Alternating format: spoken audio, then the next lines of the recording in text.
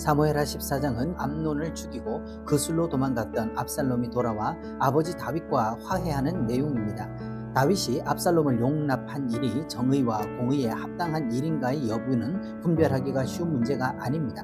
이 점에서 관점의 차이가 등장하게 되는데, 모세 율법이라는 잣대를 사용하면 용납할 수가 없는 것이 되고, 예수 그리스도로 말미암은 은혜로 하면 용서하고 받아줄 수가 있는 것입니다. 예를 들면 창세기 3장을 인간의 행위에 초점을 맞추면 타락장임에 분명합니다만, 하나님의 행사에 초점을 맞추어 바라보게 되면 원복음을 주신 은혜이장이 되는 것입니다.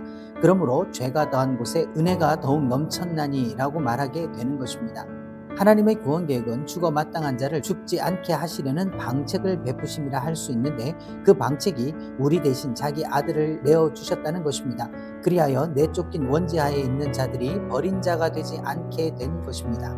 사무엘하 14장은 스루야의 아들 요압이 왕의 마음이 압살롬에게로 향하는 줄을 알고 라는 것으로 시작이 됩니다.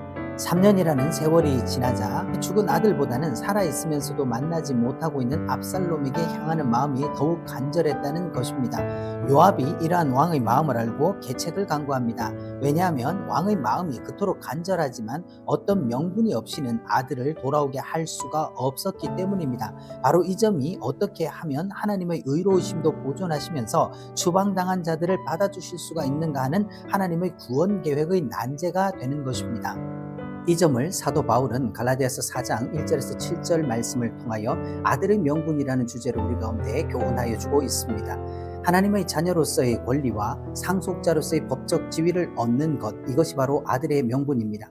이는 율법 아래 있던 인간이 예수 그리스도를 통해 하나님의 은혜로 죄사함을 받고 하나님의 자녀가 되었다는 것을 말하는 것입니다.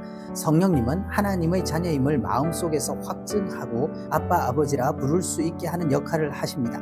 아들의 명분은 하나님의 자녀로서의 권리와 상속자로서의 법적 지위를 얻는 것을 의미하며, 이는 예수 그리스도를 통한 구원과 성령님의 역사를 통해서 이루어지는 것입니다. 이를 위하여 때가 참에 하나님이 그 아들을 보내사 여자에게서 나게 하시고 하십니다.